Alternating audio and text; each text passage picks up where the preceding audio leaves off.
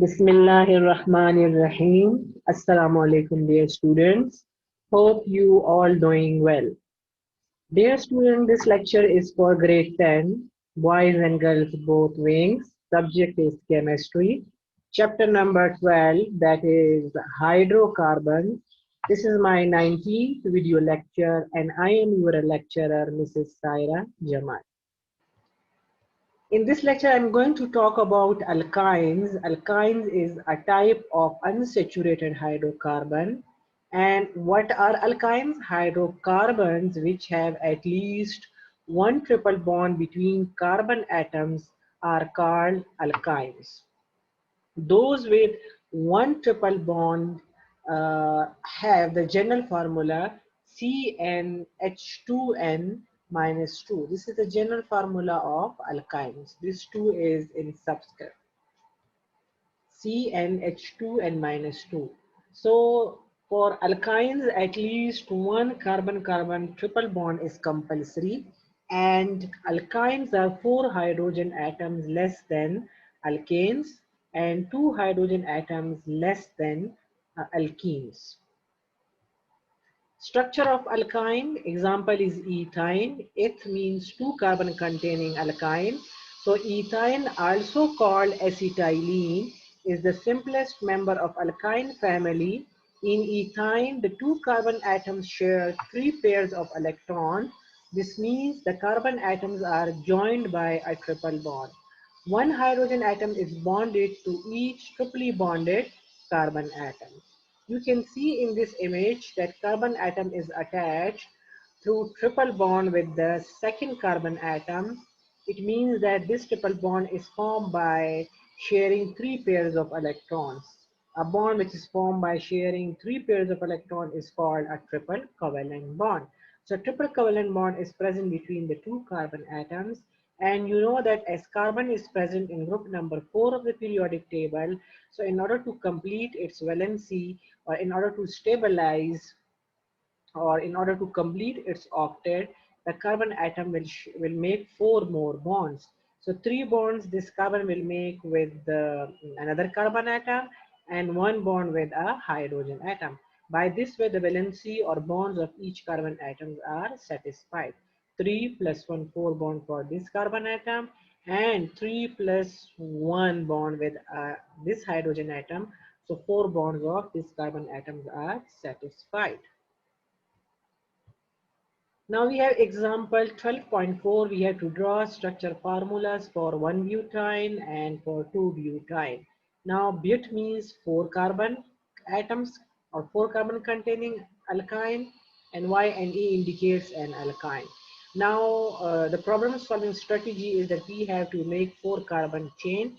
You can see carbon 1, 2, 3 and 4, and now we have to assign number to each carbon atom. This is carbon number 1, this is 2, this is 3, and this is 4. Now the next step is we have to draw the triple bond for 1-butene and for 2-butene. Now for 1-butene, we have to draw the triple bond between carbon number 1 and carbon number 2. This is carbon number 1 and carbon number 2. We have to draw triple bonds. One bond, one covalent bond. This is second covalent bond, and this is the third covalent bond. So there are triple bond between carbon number 1 and 2 because it is 1-butene. So the triple bond must be present at carbon number 1 and then next carbon next to it. The next step is we have to satisfy the valency of each carbon atom by putting hydrogen atom or joining hydrogen atom with each carbon atom. First of all, I will draw the triple bonds between carbon number 1 and carbon number 2. Now let us see the valency.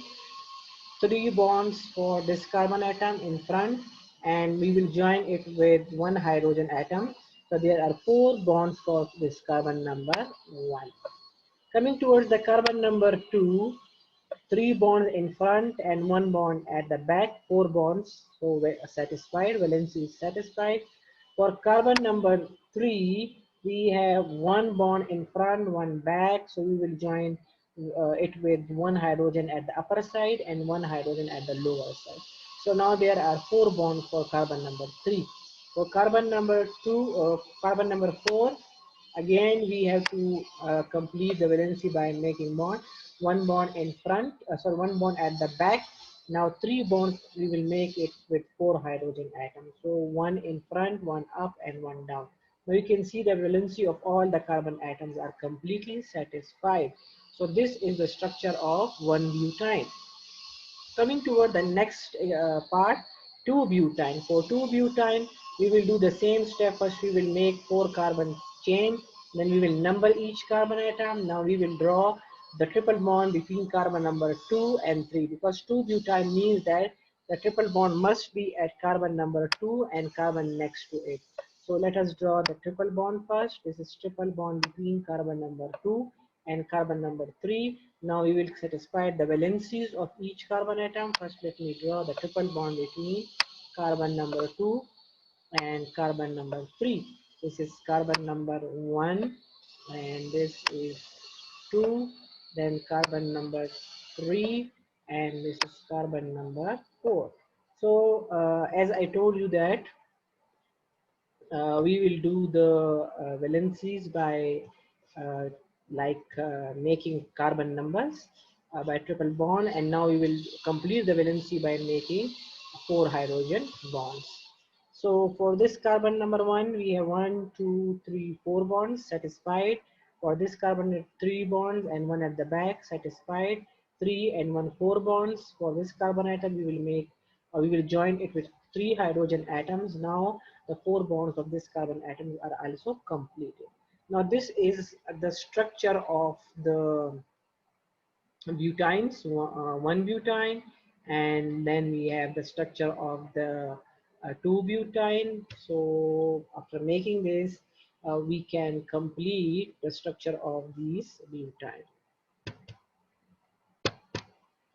Now, the valency is important that we have to complete the valencies by making bonds with it. Like for each carbon atom, as I told you, we have to make the bonds. And after making the bonds, the valency of each carbon atom will be satisfied. This next topic is about the general method of preparation of alkynes. How can we prepare alkynes? So there are two important methods. The first method is by dehydrohalogenation of 1,2-dihalide. By dehydrohalogenation of 1,2-dihalide. So we have an alkyl halide which is called vicinal dihalide. What is vicinal dihalide? Vicinal dihalide means that those type of alkyl halide where the halogen atoms are attached to the two nearby carbon atoms or the two closest carbon atoms. You can see one halogen is present at carbon number 1 and one halogen is present at carbon number 2, and these two carbon atoms are adjacent to each other. So if the halogen atoms are attached at the adjacent carbon atom, that type of alkyl halide is called vicinal. Vicinal means neighboring. Dihalide having two halogen atoms. So when vicinal dihalide on treatment with alcoholic potassium hydroxide eliminates two molecules of hydrogen halide. This is with alcoholic potassium hydroxide.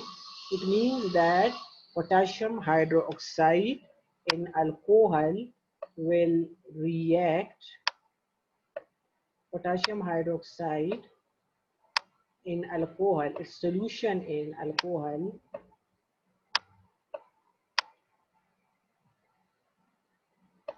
will react with this vicinal dihalide and will give us the product that is, we mentioned potassium hydroxide here.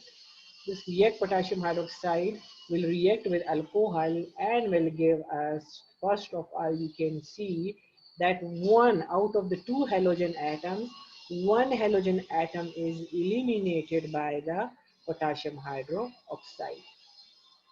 So we can say that when the potassium hydroxide, alcoholic potassium hydroxide by the use of that, eliminate two molecules of hydrogen halide from adjacent carbon atom. So the removal of two molecules form a triple bond between two carbon atoms. But this reaction actually occurs in two steps. The first step is, the first step I told you is, the first step is that one hydrogen atom from carbon number 1 and halogen atom from carbon number 2 will eliminate out. This potassium will take one of the halogen atom. Potassium will take one of the halogen with it. Potassium will take one of the halogen with it and form potassium chloride. You can see KCl will give potassium chloride, and this hydroxyl will take one of the hydrogen. You can see this is CH2, but at the product side it is only CH. It means one of the hydrogen will eliminate out with the hydroxyl atom and will form water molecule. So one hydrogen atom from this methylene group will eliminate out with OH group and will give us water. Potassium will give potassium chloride. Keep this in your mind, dear students, that if halogen is removed from one carbon atom, then hydrogen must be removed from the adjacent carbon atom. Now, not both of the atom will remove from the same carbon atom. Like we will not eliminate chlorine and hydrogen from the same carbon atom. According to the rules, halogen will eliminate out from one carbon atom and hydrogen from the neighboring carbon atom or vicinal carbon atom or adjacent carbon atom.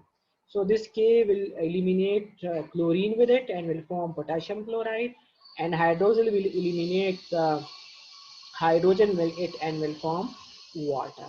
So this is the, you can see, but in this case we have double bond, but we are going to do the preparation of alkyne. We need triple bond.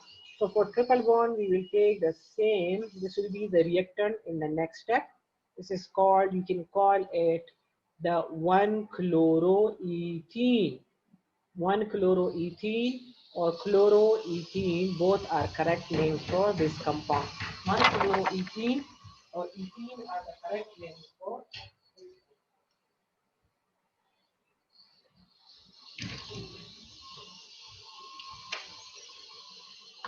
ethene, or 1-chloroethene are the correct name for this compound. This 1-chloroethene is the reactant in the second step, and the condition are the same: alcoholic potassium hydroxide. Alcoholic potassium hydroxide, and the same thing will happen, that this potassium hydroxide, the potassium hydroxide will eliminate chlorine from one atom and will eliminate the hydrogen from the second atom. Chlorine will eliminate by the potassium. Potassium will take this chlorine with it and will form potassium chloride, and this hydroxyl group will eliminate. Now as chlorine is eliminated from this carbon atom, so hydrogen will be eliminated from the second carbon atom and will give water molecule. Now you can see that the final product is ethyne. Now we will get the final product, that is ethyne. After the reaction completed in two steps, the first step is the first step I told you, it is about the elimination of hydrogen from one carbon atom and halogen from the second carbon atom. Now the product which is formed, that is chloroethene, is the reactant. It will be reacted in the second step, and again it will react with second molecule of potassium, alcoholic potassium hydroxide, and will give the same result. Only the difference is we will get the ethyne. In the first step we got the ethene, chloroethene, and in second step the final product is ethyne. So this method is known as the by dehydrohalogenation of Dehydrohalogenation of 1,2-dihalide. Dehydrohalogenation of 1,2-halide. And I told you that the reaction completed in 2 steps.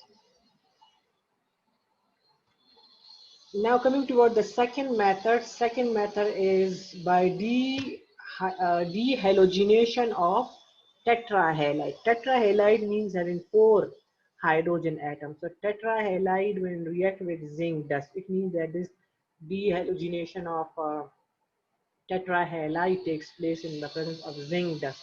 Zinc dust means powder zinc in the form of powder, and undergo dehalogenation. From the name indicated, dehalogenation means removal of the halogen atoms. Now you can see we have this tetrachloroethane, 2 carbon containing compound. So it is ethane, all the bonds are single, and there are 1, 2, 3, 4. 2 chlorine atoms are attached at carbon number 1. So when 2 chlorine atoms are present at carbon number 1, we will write 1, 1. 1, 1 means 1 for 1 chlorine atom, and this one for second chlorine atom.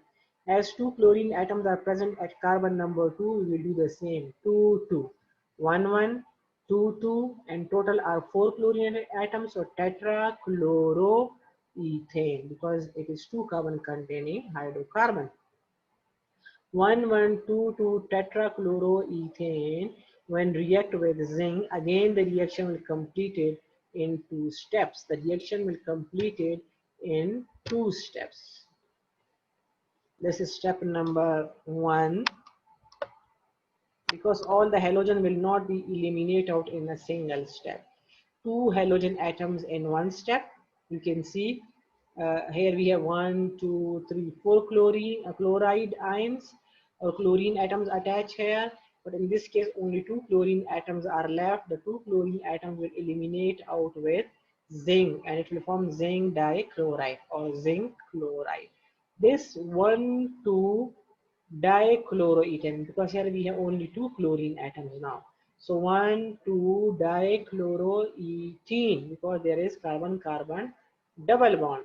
1, 2 dichloroethene will be reactant in the second step. This will be our reactant in the second step, and with second molecule of zinc, it will give us ethyl, because this zinc will now take these 2 chlorine atoms with it, will form zinc chloride, and in order to complete the valency, that these 2 carbon atoms will make triple bond. You can see the 2 carbon atoms will make a triple bond.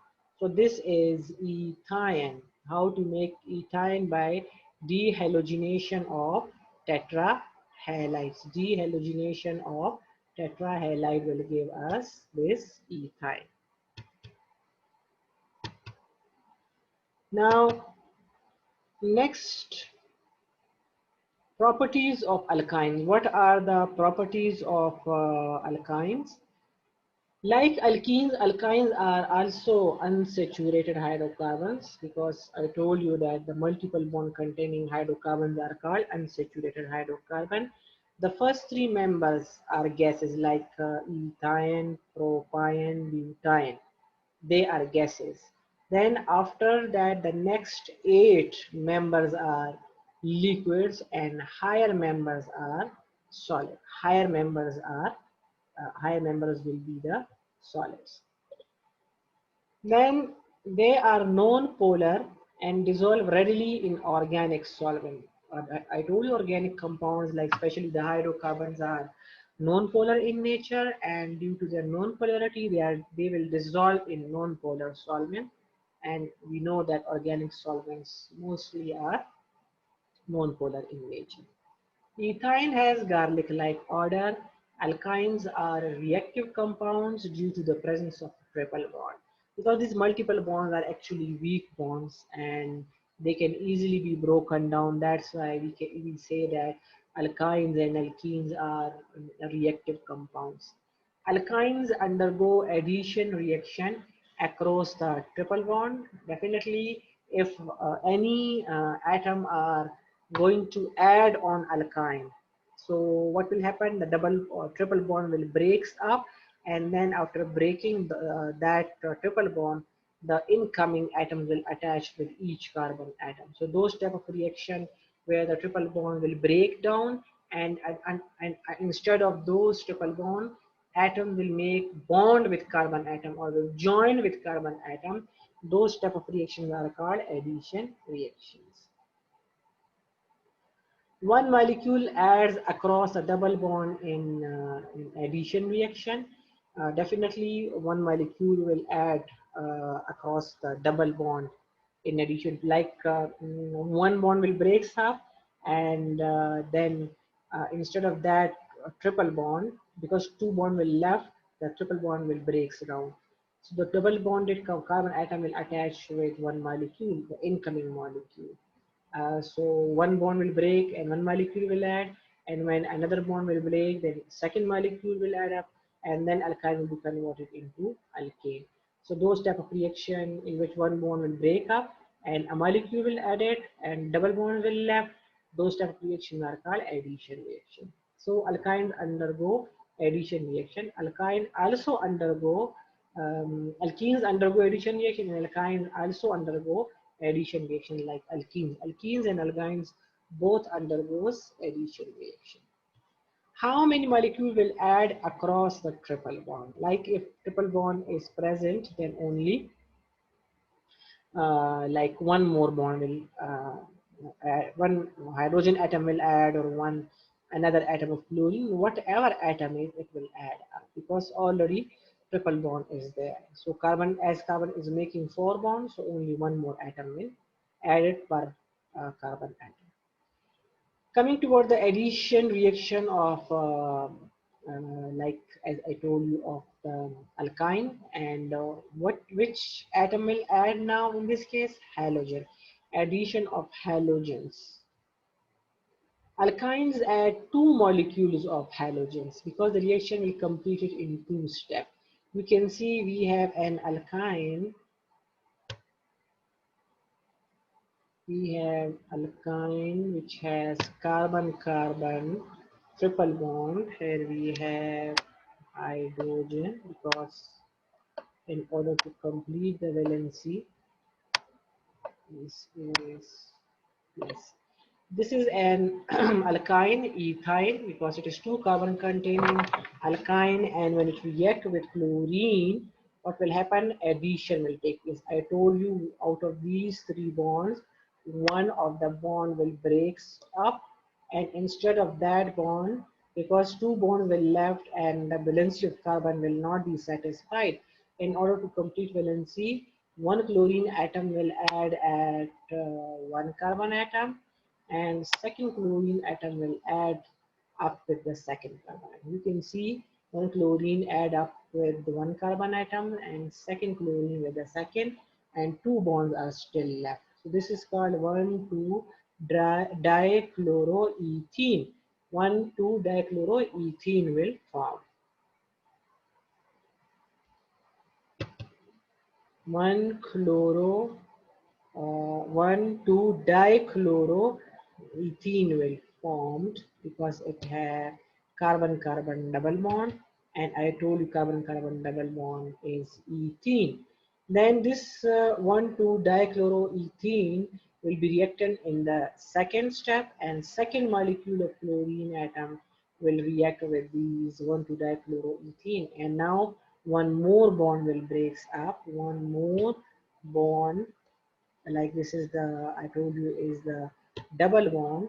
So this double bond will break up. Out of these two, one bond will break up, and instead of that bond, the one chlorine atom will join with one carbon atom, and second with second carbon atom. You can see now there are two more chlorine atoms attached with each carbon atom, and the valency of each carbon atom is satisfied. Now each carbon atom make four bonds. So this is, we call it 1,1,2,2 tetrachloroethane. 1,1,2,2 tetrachloro. There are four chlorine atoms. So tetrachloroethane will form.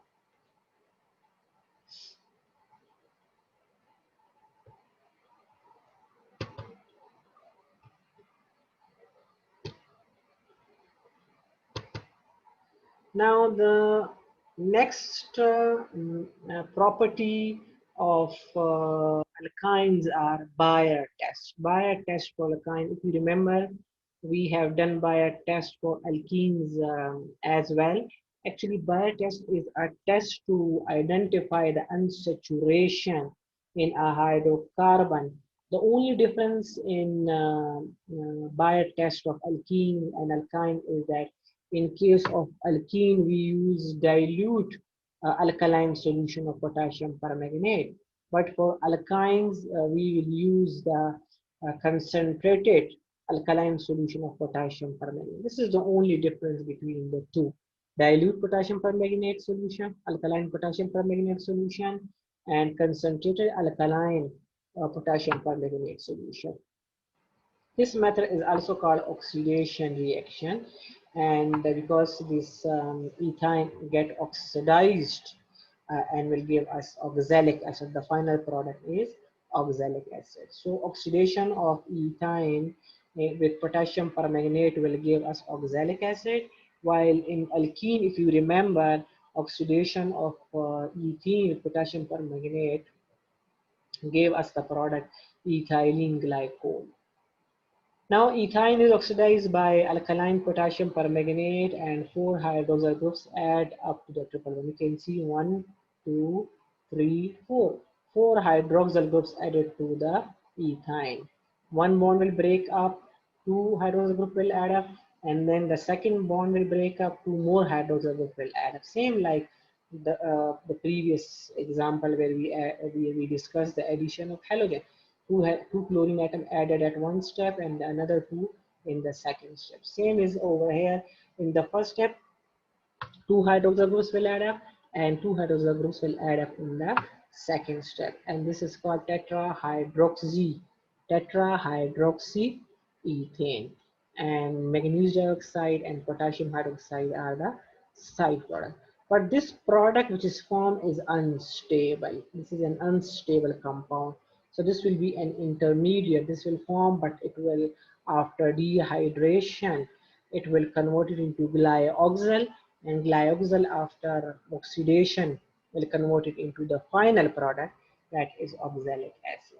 So this tetrahydroxy ethane, this is intermediate product, and elimination of 2 minus 2 H2O means 2 water molecules will eliminate out from it. Like you can see for the elimination of these hydroxyl groups, we can write it like this, that hydrogen atoms from this side and a hydroxyl atom for this side, H2O, and same is over here, hydrogen atoms for this carbon atom and hydroxyl groups from this. These will eliminate out in the form of 2 water molecules. And what will happen? The valency of carbon atoms are disturbed, or the bonds of carbon atom will disturb, because it will have only 1, 2, and 3 bonds will left. For this hydroxyl will eliminate out in the form of water. So what we'll do? This carbon will make double bond with oxygen atom, because oxygen can form double bond. So this compound which is formed is called glyoxal. Glyoxal is again unstable. Oxidation in the presence of alkaline potassium permanganate will takes place. This 2O means addition of 2 oxygen atoms. You can see in this case we have only hydrogen atoms attached at the sides, but now with addition to hydrogen, OH like oxygen are also there. So the compound which is formed, the final product which is formed is called oxalic acid. So oxidation of ethine in the presence of potassium permanganate, which is a strong oxidizing agent, it will give this tetrahydroxyethane. But I told tetrahydroxyethane is unstable. The dehydration of this tetrahydroxyethane will takes place. 2 water molecules will eliminate out and will give us glyoxal. and then oxidation of the lyoxide will give us the final product, that is oxalic acid. Oxalic acid is the final product of this ethyl.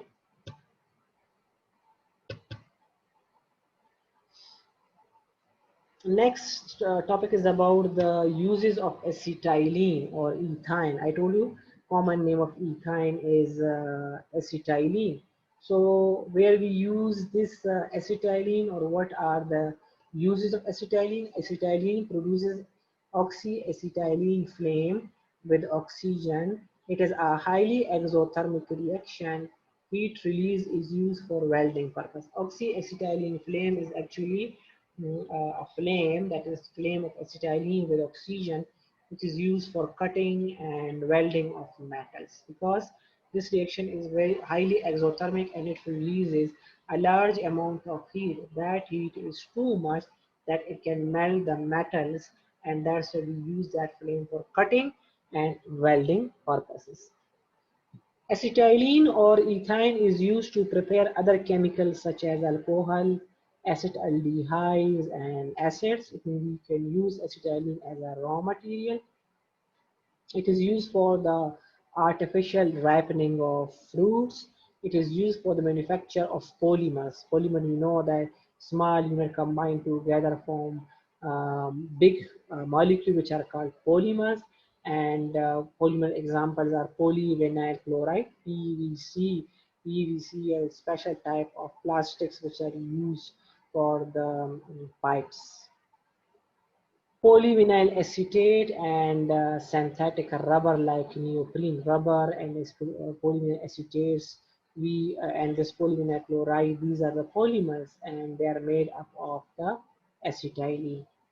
It is polymerized to form benzene, which is used as a raw material to form a variety of organic compounds. Like benzene is a very important compound, and we can prepare benzene from acetylene after polymerization process. So these are the important uses of acetylene. Self-assessment exercise 12.9, we have to complete the following reaction. We have 1, 2, 3, 3 carbon containing alkyne, which is called propyne, and then halogenation or addition of halogen to this propyne will give us the product. As I told you in the previous case for the halogenation of ethane, same will take here. One bromine atom will attach with one carbon atom, and second bromine atom will attach with the second carbon atom, and one of the bond will breaks up. You can see two bonds are left, and one bromines are attached with each carbon atom. So this is carbon number 1. Keep this in your mind that we have to consider that carbon as a carbon number 1 where this functional group or bromine is attached. So this is carbon number 1. This will be our carbon number 1. This will be carbon number 2, and this will be carbon number 3. So as at carbon number 1 bromine is attached, and at 2, so we will call it 1, 2 dibromoethene, because carbon carbon double bond is present. So this compound will be like the or it will form, or this can be further converted into the tetra bromo. This is not ethene, sorry, this is propene, because we have 3 carbon atoms here. So this will be 1, 2 dichloropropene.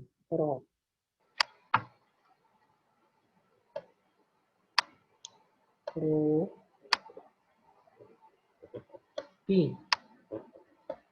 Prop for 3 carbon atoms, and E for this double bonds.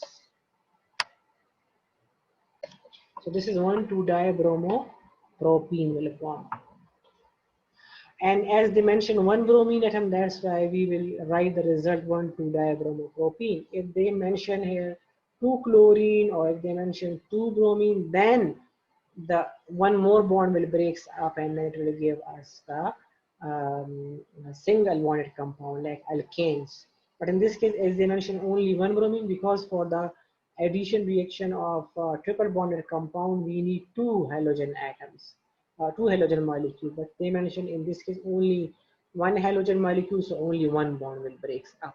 And in this case, they mentioned two halogen molecule, so one halogen will break one bond and second halogen will break second bond, only single bond will left. Okay, so you can see that again in this case the two chlorine atoms will attach with one carbon atoms, because there are twos are four chlorine atoms, and four chlorine atoms will attach with this sorry, two chlorine atoms with carbon number 1 and two chlorine atoms with carbon number 2. You can see two chlorine atoms carbon number 2 and two chlorine atoms will join at carbon number 1.